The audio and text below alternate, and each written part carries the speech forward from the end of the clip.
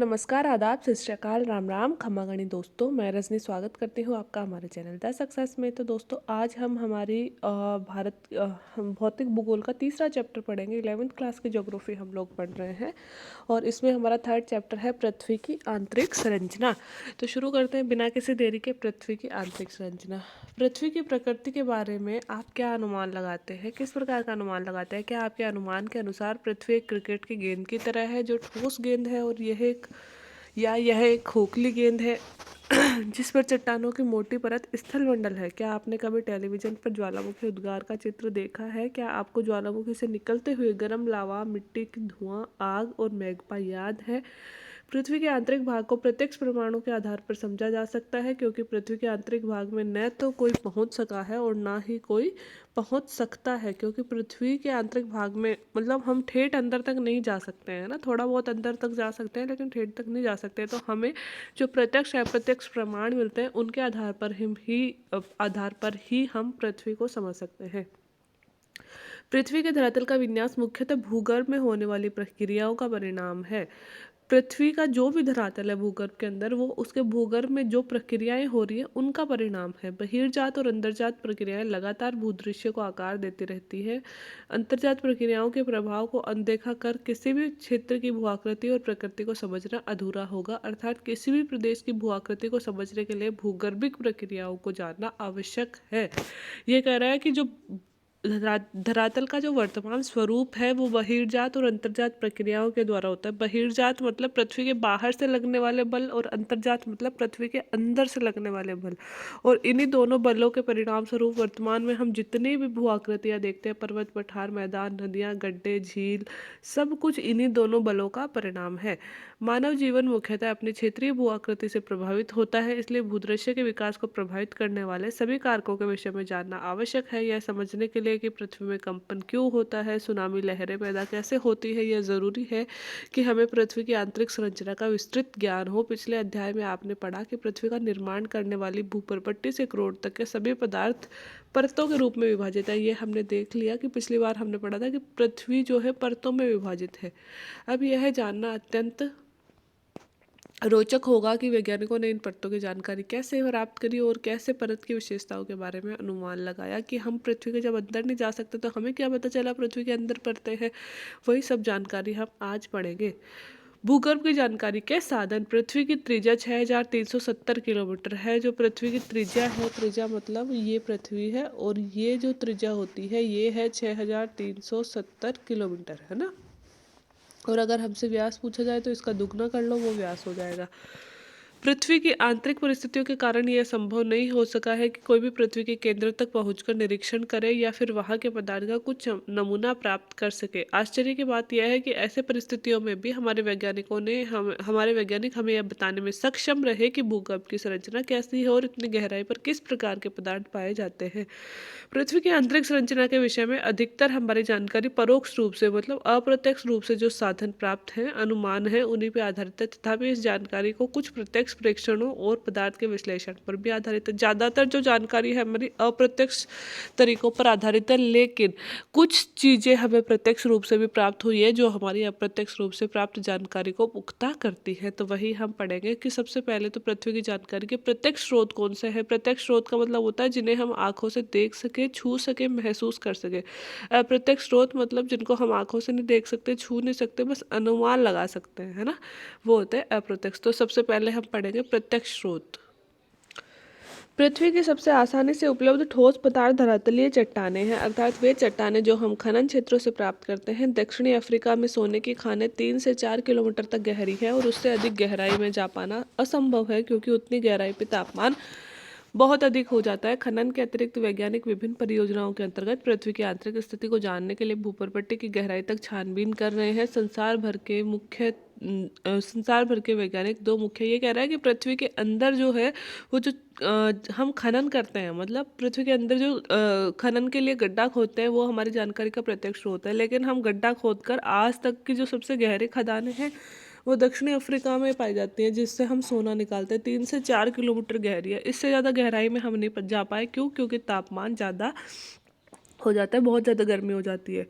दो मुख्य परियोजनाओं पे काम कर रहे हैं वैज्ञानिक। ये हैं गहरे समुद्र में प्रवेदन योजना मतलब डीप ओशन ड्रिलिंग योजना, और समन्वित महासागरीय प्रवेदन योजना मतलब इंटीग्रेटेड ओशन ड्रिलिंग योजना, मतलब महासागर में खुदाई कर रहे हैं वैज्ञानिक।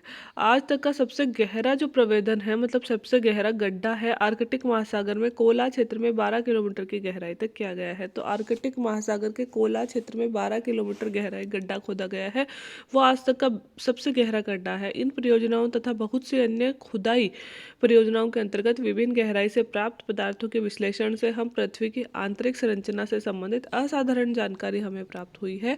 ज्वालामुखी उद्गार तो पहला तो हो गया कि भाई पृथ्वी के अंदर हम जो खनन के लिए खुदाई करते हैं उनसे हमें जानकारी प्राप्त हुई है। दूसरा, ज्वालामुखी जो आते हैं उनसे हमें जानकारी प्राप्त होती है। ज्वालामुखी उद्गार प्रत्यक्ष जानकारी का एक अन्य महत्वपूर्ण स्रोत है। जब कभी भी ज्वालामुखी उद्गार से लावा पृथ्वी के धरातल पर आता है तो यह प्रयोगशाला में अन्वेषण के लिए रख लिया जाता है, और यद्यपि इस बात का निश्चय कर पाना कठिन होता है कि यह मैग्मा कितनी गहराई से निकला है। तो ज्वालामुखी से जो भी पदार्थ निकलते हैं उनको अन्वेषण के लिए हम प्रयोगशालाओं में रख लेते हैं, फिर उनका अन्वेषण करते हैं कि देखिए भाई पृथ्वी के अंदर किस तरह की चट्टानें हैं। तो प्रत्यक्ष जानकारी के तो यही एकमात्र स्रोत है कि भाई ये ज्वालामुखी हो गया और हमारे खनन के लिए खोदे गए गड्ढे हो गए। अब अप्रत्यक्ष स्रोत हमें कुछ प्राप्त होते हैं, वो कौन से हैं? पदार्थ के गुण धर्म विश्लेषण से पृथ्वी के आंतरिक भाग की अप्रत्यक्ष जानकारी प्राप्त होती है। खनन क्रिया से हमें पता चलता है कि पृथ्वी के धरातल में गहराई के साथ बढ़ने के साथ साथ तापमान और दबाव दोनों में वृद्धि होती है। जैसे जैसे हम पृथ्वी के अंदर जाते हैं तापमान भी बढ़ता है और दबाव भी बढ़ता है। इतना ही नहीं, हमें यह भी पता चलता है कि गहराई बढ़ने के साथ साथ पदार्थ का घनत्व भी बढ़ जाता है। जो खुद स्वयं पदार्थ होता है उसका घनत्व भी बढ़ जाता है। इस तरह से तापमान, दबाव और घनत्व में इस परिवर्तन की दर को आंका जा सकता है। तो हमने अंदाजा लगा लिया कि तापमान बढ़ रहा है पृथ्वी के अंदर जाने से, दबाव बढ़ रहा है पृथ्वी के अंदर जाने से, और पदार्थ का घनत्व भी बढ़ रहा है। पृथ्वी की कुल मोटाई को ध्यान में रखते हुए वैज्ञानिकों ने विभिन्न गहराई पर पदार्थ के तापमान, दबाव और घनत्व के मान को अनुमानित कर लिया। प्रत्येक परत के संदर्भ में इन लक्षणों का सविस्तार वर्णन किया जो आगे हमें पता चलेगा।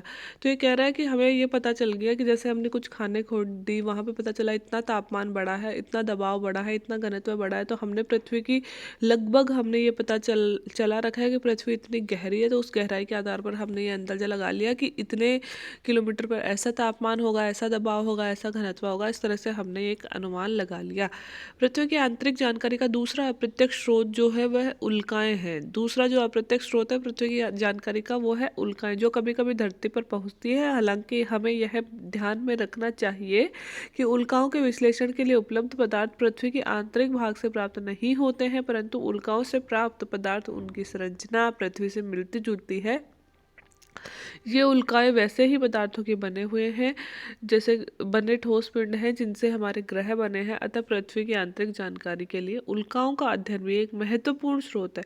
तो अगर पृथ्वी की आंतरिक जानकारी का जो दूसरा अप्रत्यक्ष स्रोत है वह उल्काएं। उल्काएं मतलब कई बार आकाश से कुछ नहीं गिर जाते पिंड, वो वाली उल्काएं। तो ये कह रहा है हालांकि ये उल्काएं पृथ्वी के अंदर से तो नहीं मिलती है, लेकिन क्योंकि हमने पढ़ा था कि हमारे सारे ग्रह जो उल्काएं क्षुद्र ग्रह है वो एक ही तरीके से बने, एक ही चट्टानों से बने हैं, तो उनकी चट्टानों का अध्ययन करके भी हम ये अंदाजा लगाते हैं कि हमारी पृथ्वी भी ऐसी ऐसी होगी। अन्य अप्रत्यक्ष स्रोतों में गुरुत्वाकर्षण, चुंबकीय क्षेत्र, भूकंप संबंधी क्रियाएं सम्मिलित हैं। पृथ्वी के धरातल पर विभिन्न अक्षांशों पर गुरुत्वाकर्षण बल एक समान नहीं होता है। गुरुत्वाकर्षण बल ध्रुवों पर सबसे ज्यादा और भूमध्य रेखा पर सबसे कम होता है। याद रख लेना, बहुत बार पूछा जाता है और हर बार काम भी आता है ज्योग्राफी में। भूमध्य रेखा पर गुरुत्वाकर्षण बल सबसे कम होता है, ध्रुवों पर गुरुत्वाकर्षण बल सबसे अधिक होता है। पृथ्वी के केंद्र से दूरी के कारण गुरुत्वाकर्षण बल ध्रुवों पर अधिक और भूमध्य रेखा पर कम होता है। गुरुत्व का मान पदार्थ के द्रव्यमान के अनुसार भी बदलता है। पृथ्वी के भीतर पदार्थों का असमान वितरण भी इस भिन्नता को प्रभावित करता है। अलग अलग स्थानों पर गुरुत्वाकर्षण की भिन्नता अनेक अन्य कारकों से भी प्रभावित होती है। इस भिन्नता को गुरुत्व विसंगति कहते हैं। ये कह रहा है कि पृथ्वी के अंदर अंदर अंदर अलग अलग भागों में अलग अलग गुरुत्वाकर्षण पाया जाता है, बल पाया जाता है। जिस तरह से भूमध्य रेखा पर सबसे कम, ध्रुवों पर सबसे ज्यादा, भूमध्य रेखा से दूर जाते हैं तो गुरुत्वाकर्षण बल बढ़ता जाता है, उसी प्रकार पृथ्वी के अंदर भी होता है। इस चीज को हम कहते हैं ग्रेविटी एनोमैली, मतलब गुरुत्वीय विसंगति कहते हैं। गुरुत्वीय विसंगति हमें भूपटपट्टी के पदार्थ के द्रव्यमान के वितरण की जानकारी देती है। चुंबकीय सर्वेक्षण भूपर्पट्टी में चुंबकीय पदार्थ के वितरण की जानकारी देते हैं, और भूकंपीय गतिविधियां पृथ्वी की कुछ अन्य जानकारी के महत्वपूर्ण स्रोत है, जिसका हम विस्तार से चर्चा अब हम करेंगे।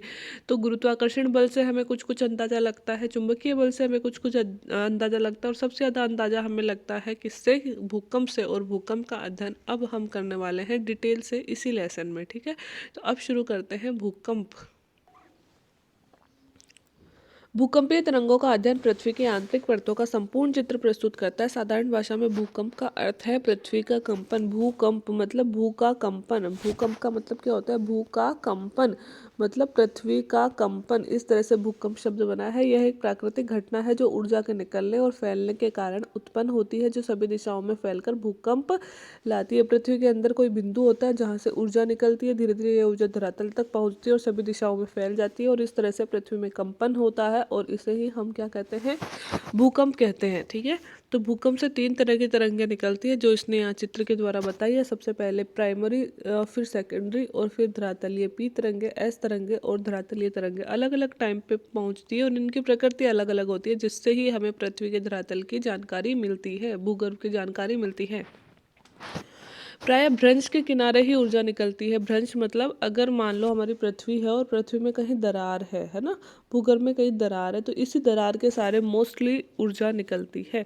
भूपर्पट्टी के शैलों में गहन दरारें ही भ्रंश होती है, और भ्रंश के दोनों तरफ शैलें विपरीत दिशा में खिसकती हैं। अगर मान लो यहाँ पे कोई दरार है, यहाँ पे कोई दरार है, तो हमेशा अपसारी चट्टानों का फैलाव होता है, मतलब विपरीत दिशा में उस दरार से चट्टानें खिसकेंगी। जहाँ ऊपर के शैलखंड दबाव डालते हैं, उसके आपस का घर्षण उन्हें परस्पर बांधे रखता है। फिर भी अलग होने की प्रवृत्ति के कारण एक समय पर घर्षण का प्रभाव कम हो जाता है, जिसके परिणाम स्वरूप शैलखंड विकृत होकर अचानक से एक दूसरे के विपरीत दिशा में सरक जाते हैं। इसके परिणाम स्वरूप ऊर्जा निकलती है, और ऊर्जा तरंगें सभी दिशाओं में गतिमान होती है। ये कहता है कि वैसे तो घर्षण बल और इन्हें बांधे रखने का कार्य करते हैं, लेकिन फिर भी जब घर्षण बल थोड़ा कम हो जाता है, शैलें एकदम से दूसरी दिशा में सरकती हैं, और सरकने से जो ऊर्जा निकलती है, इनके बीच में से जो ऊर्जा निकलेगी, उससे ही भूकंप उत्पन्न होगा। यह ऊर्जा सभी दिशाओं में गतिमान होती है। वह स्थान जहाँ से ऊर्जा निकलती है उसे भूकंप का उद्गम केंद्र कहते हैं। न जाने लाखों बार हमारे नेट में यह क्वेश्चन पूछ लिया गया कि भूकंप का उद्गम केंद्र क्या होता है। वह स्थान भूगर्भ के अंदर, वह स्थान जहाँ से ऊर्जा निकलना शुरू होती है, उसे इंग्लिश में फोकस और हिंदी में उद्गम केंद्र कहते हैं, और इसे अवकेंद्र भी कहा जाता है। तो यह भी इसी का नाम है, उद्गम केंद्र, अवकेंद्र, फोकस, हाइपोसेंटर। कहाँ? किसका? जहाँ से ऊर्जा निकलना शुरू होती है। ऊर्जा तरंगें अलग अलग दिशाओं में चलती हुई पृथ्वी की सतह पर पहुंचती है, और भूतल का वह बिंदु जो उद्गम केंद्र के समीपतम होता है अधिकेंद्र कहलाता है। अधिकेंद्र पर ही सबसे पहले तरंगों को महसूस किया जाता है। अधिकेंद्र उद्गम केंद्र के ठीक ऊपर 90 डिग्री के कोण पर होता है।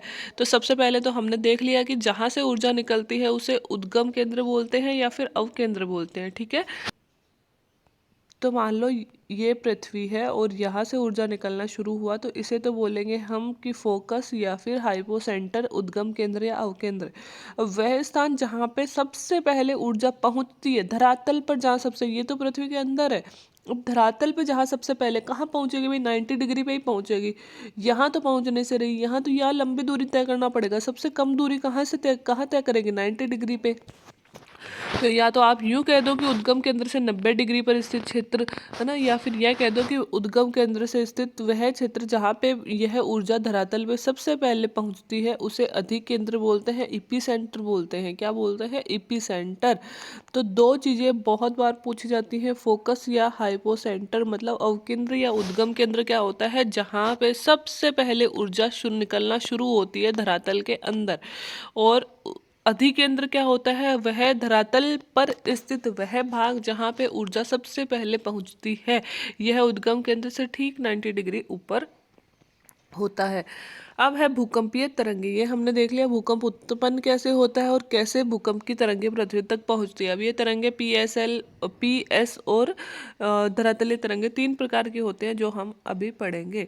सभी प्राकृतिक भूकंप स्थल मंडल लिथोस्फीयर में ही आते हैं। इस अध्याय में आगे आप पृथ्वी की विभिन्न परतों के बारे में भी पढ़ेंगे। अभी इतना समझ लेना पर्याप्त है कि स्थल मंडल पृथ्वी के धरातल से 200 किलोमीटर तक की गहराई वाले भाग को कहते हैं। मतलब पृथ्वी के धरातल से 200 किलोमीटर तक की गहराई वाला जो भाग है वह स्थल मंडल है, और सभी भूकंप स्थल मंडल में ही आते हैं।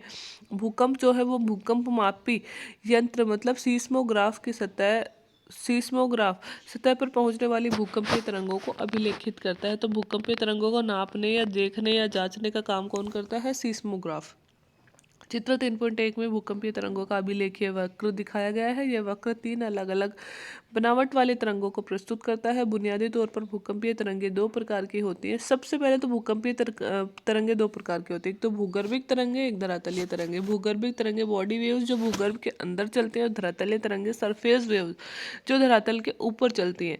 तो भूकंपीय तरंगे उद्गम केंद्र से ऊर्जा मुक्त होने के दौरान पैदा होती हैं, और यह पृथ्वी के अंदरूनी भाग से होकर सभी दिशाओं में आगे बढ़ती हैं। इसलिए इन्हें भूगर्भिक तरंगे कहते हैं, क्योंकि भूगर्भ के अंदर ही चलती है। कहाँ से पैदा होंगी? उद्गम केंद्र से पैदा होंगी। भूकंपीय तरंगों और धरातलीय शैलों के मध्य अन्योन्य क्रिया के कारण अन्य नई तरंगे उत्पन्न होती हैं, जिन्हें धरातलीय तरंगे कहते हैं। तो भूकंपीय तरंगों के बाद में जो तरंगे पैदा होती है उन्हें धरातलीय तरंगे कहते हैं, और ये धरातल के साथ साथ चलती हैं। इन तरंगों का वेग अलग अलग होता है, अलग अलग घनत्व वाले पदार्थों से गुजरने पर परिवर्तित हो जाता है। अधिक घनत्व वाले पदार्थों में तरंगों का वेग ज़्यादा होता है, और पदार्थों के घनत्व में भिन्नता के कारण परावर्तन आवर्तन होता रहता है, जिससे इन तरंगों की दिशा भी बदलती रहती है।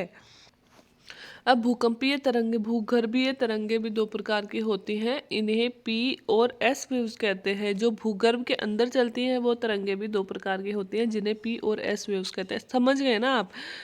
मतलब सबसे पहले तो ये कह रहा है कि भूकंप की तरंगे होती हैं वो दो प्रकार की होती हैं। एक तो जो भूगर्भीय तरंगे जो भूगर्भ के अंदर चलती है, और दूसरे धरातलीय तरंगे जो धरातल के ऊपर चलती हैं।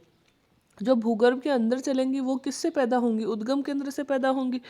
और जो धरातल के ऊपर चलती है वो कह रहा है कि जब ये भूगर्भीय तरंगा धरातल से टकराती हैं और चट्टानों से अन्योन्य क्रिया करती हैं, उसके बाद में ये दूसरे प्रकार की तरंगे पैदा होती हैं। कौन सी? धरातलीय तरंगे।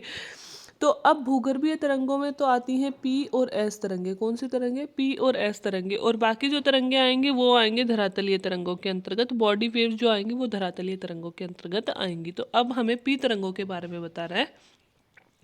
पी तरंगे सबसे तीव्र गति से चलने वाली तरंगे होती है और धरातल पर सबसे पहले पहुंचती हैं। इन्हें प्राथमिक तरंगे भी कहा जाता है। और पी तरंगे ध्वनि तरंगों के जैसी ही होती हैं। ये गैस, तरल और ठोस तीनों प्रकार के पदार्थों से गुजरती हैं। एस तरंगे धरातल पर कुछ समय के अंतराल के बाद पहुंचती हैं। ये द्वितीयक तरंगे कहलाती हैं। तो सबसे पहले पी तरंगे होती है, किसकी जैसी होती है? ध्वनि तरंगों के जैसी होती हैं, और इनकी विशेषता है गैस, तरल और ठोस तीनों में से गुजर सकती हैं। एस तरंगे जो होती हैं वो पी तरंगों के आने के बाद में थोड़ी देर बाद में पहुंचती है, क्योंकि पी का नाम ही प्राइमरी है और एस का नाम क्या है? सेकेंडरी तरंगे। और एस को सेकेंडरी तरंग मतलब द्वितीयक तरंगे कहते हैं। एस तरंगों की विशेषता है कि ये केवल ठोस से ही गुजरते हैं। पी तीनों से गुजर रही है, पी एस और मतलब ठोस, तरल और गैस, लेकिन एस तरंगे सिर्फ और सिर्फ ठोस से ही गुजर रही हैं। एस तरंगों की यह महत्वपूर्ण विशेषता है। इसी विशेषता में वैज्ञानिकों ने भूगर्भीय संरचना को समझने में मदद की। मतलब एस तरंगों की विशेषता क्या है? ये सिर्फ ठोस में ही गुजरेगी। मतलब जहाँ पे तरल चीजें आएंगी वहाँ पे एस तरंगे विलुप्त हो जाती हैं, या फिर गति कम हो जाती है, या विलुप्त हो जाती हैं एस तो पूरी तरह से। तो हमें पता चलेगा कि जहाँ पे सीस्मोग्राफ में एस तरंगे नहीं आ रही वहाँ पे कैसी जगह है? वहाँ पे तरल जगह है। तो इससे हमें भूगर्भिक संरचना को जांचने में मदद मिली। परावर्तन से तरंगे प्रतिध्वनित होकर वापस लौट आती है, जबकि आवर्तन से तरंगे कई दिशाओं में चलती हैं। भूकंप लेखी पर बने आरेख से तरंगों की दिशा और भिन्नता का अनुमान लगाया जा सकता है। धरातलीय तरंगे भूकंप लेखी पर अंत में अभिलेखित होती हैं, और ये तरंगे ज़्यादा विनाशकारी होती हैं और इनसे शैल विस्थापित हो जाती है और इमारतें गिर जाती हैं। तो तीसरे नंबर की जो तरंगे होती थी वो धरातलीय तरंगे है ना, जो धरातल वाली तरंगों में ही आती थी। पी और एस तो किस में आ रही थी? भूगर्भिक तरंगों में। और जो भूगर्भ के ऊपर चल रही हैं मतलब धरातल पे चल रही है वहाँ पे धरातलीय तरंगे। जब पी और एस तरंगे आ जाती है उसके बाद में धरातल के ऊपर जो तरंगे आती हैं वो आती हैं धरातलीय तरंगे। और धरातलीय तरंगे सबसे ज़्यादा विनाशकारी होती हैं। इनसे सबसे ज़्यादा कंपन होता है, चट्टानें वगैरह, इमारतें वगैरह गिर जाती हैं। भूकंपीय तरंगों का संचरण, भिन्न भिन्न प्रकार की भूकंपीय तरंगों के संचरित होने की प्रणाली भी भिन्न भिन्न होती है। जैसे ये संचरित होती है, शैलों में कंपन होता है। पी तरंगों से कंपन की दिशा तरंगों की दिशा के समानांतर ही होती है और यह संचरण की दिशा में ही पदार्थ पर दबाव डालती है। मतलब पी तरंगों में अगर तरंग की दिशा इधर है तो पी तरंगों का कंपन भी ऐसे ही होगा, है ना। तो यह समानांतर रूप से ही चट्टानों में क्या डालेगी, दबाव डालेगी। इसके दबाव के फलस्वरूप पदार्थ के घनत्व में भिन्नता आती है, शैलों में संकुचन और फैलाव की प्रक्रिया होती है। लेकिन जो अन्य 3 तरह की तरंगे संचरण के गति के समकोण पर कंपन पैदा करती है। बाकी जो तरंगे हैं, तरंग ऐसे संचरित हो रही है और कंपन कैसे पैदा करेंगी, ऐसे पैदा करेंगी कंपन, समकोण पे कंपन पैदा करेंगी। पी तो अपने समानांतर ही करती है, जबकि बाकी जो तरंगे हैं वो इस तरह से समकोण पे कंपन पैदा करती हैं। अतः ये जिस पदार्थ से गुजरती हैं उसमें उभार और गर्त बनाती हैं। पी तरंगे तो जहाँ से गुजर रही थी उनमें संकुचन और दबाव, संकुचन मतलब सिकुड़ना और मतलब सिकुड़ना एक तरह से, और फैलना, है ना। और ये तरंगे जो क्या कर रही है, जो समकोण पे दबाव बनाती है, वो क्या करेंगे, गर्त और उभार, कहीं पे मतलब धरातल को ऊपर उठा देंगे तो कहीं पे धरातल में गड्ढा बना देंगी। धरातलीय तरंगे सबसे ज़्यादा विनाशकारी समझी जाती है। ऑब्वियसली बात है, क्योंकि ये धरातल के ऊपर आती हैं। अब है भूकंपीय छाया क्षेत्र। भूकंप लेखी यंत्र पर दूरस्थ स्थानों पर आने वाली भूकंपीय तरंगे अभिलेखित होती है। यद्यपि कुछ ऐसे स्थान भी हैं जहाँ पे कोई भी भूकंपीय तरंगे अभिलेखित नहीं होती। ऐसे भूकंपीय क्षेत्र को भूकंपीय छाया क्षेत्र कहते हैं। कुछ ऐसे स्थान है पृथ्वी में जहाँ पे कोई भी तरंग नहीं दिखती है। इन क्षेत्रों को शैडो जोन मतलब भूकंपीय छाया क्षेत्र कहते हैं। विभिन्न घटनाओं के अध्ययन से हमें पता चलता है कि एक भूकंप का छाया क्षेत्र दूसरे भूकंप के छाया क्षेत्र से बिल्कुल भिन्न होता है। चित्र 3.2 में आप पी और एस तरंगों के छाया क्षेत्र को दिखाया गया है। यह देखा जाता है कि भूकंप अधिकेंद्र से 105 डिग्री के भीतर किसी भी दूरी तक पी और एस दोनों ही तरंगों का अभिलेखन करते हैं। भूकंप लेखी 100 मतलब भूकंप जहाँ पे आ रहा है वहाँ से लेकर 105 डिग्री तक तो पी और एस दोनों ही तरंगें दिखती है। भूकंप लेखी अधिकेंद्र से 145 डिग्री से परे केवल पी तरंगों के पहुंचने को ही दर्ज करते हैं और एस तरंगों को अभिलेखित नहीं करते हैं। अतः वैज्ञानिकों का मानना है कि भूकंप अधिकेंद्र से 105 से 145 डिग्री के बीच का क्षेत्र, जहां पे कोई भी भूकंपीय तरंग अभिलेखित नहीं होती, दोनों प्रकार की तरंगों का छाया क्षेत्र है। और 105 से पूरे क्षेत्र में एस तरंगे नहीं पहुंचती है, यह एस तरंग का छाया क्षेत्र है। पी तरंगों के छाया क्षेत्र जो पी तरंगों के छाया क्षेत्र से अधिक विस्तृत है। एस तरंगों का छाया क्षेत्र ज़्यादा बड़ा होता है। भूकंप अधिकेंद्र के 105 से 145 डिग्री तक पी तरंगों का छाया क्षेत्र एक पट्टी के रूप में पृथ्वी के चारों तरफ प्रतीत होता है। और एस तरंगों का छाया क्षेत्र न केवल विस्तार में बड़ा है वरन यह पृथ्वी के 40% भाग को भी घेरे हुए। अगर आपको भूकंप अधिकेंद्र का पता हो तो आप किसी भी क्षेत्र का छाया क्षेत्र अंकित कर सकते हैं। ये देखिए, अब अभी मैं आपको दिखाती हूँ, इस तरह से करके दिखाती हूँ। ये देखिए, ये हमारा मतलब पृथ्वी दी गई है, यहाँ पे कोई भूकंप आया है, ठीक है। ये जो गोला बनाया है यहाँ पे कोई भूकंप आया है, तो 105 डिग्री तक तो दोनों तरंगे दिख रही हैं। हाँ, तो पहले आप देखो कि 105 तक तो पी और एस दोनों तरंगे दिख रही हैं। कैसे दिख रही हैं, ये देखो, 105 तक तो एस भी चल रही है, पी भी चल रही है, ये दोनों तरंगे दिख रही है ना 105 डिग्री तक तो। लेकिन 105 डिग्री के आगे आपको दिखेगी कि पी तरंगों का छाया क्षेत्र है 105 से 145 तक। यहाँ पे पी तरंगें नहीं दिखेंगी, देखो यहाँ पे पी तरंगें नहीं दिखेंगी। लेकिन 105 से लेकर 145 तक पी तरंगें नहीं दिख रही है, यहाँ पे पी तरंगें प्राप्त की जा सकती है। चलो अभी मैं लेट हो रही हूँ, मैं आपको कल पढ़ाती हूँ ये सारी चीज़ें। आज के लिए इतना ही, क्योंकि थोड़ा सा मैं स्कूल जाने में लेट हो जाऊँगी, 8:15 हो गए हैं, तो कल पढ़ते हैं अभी।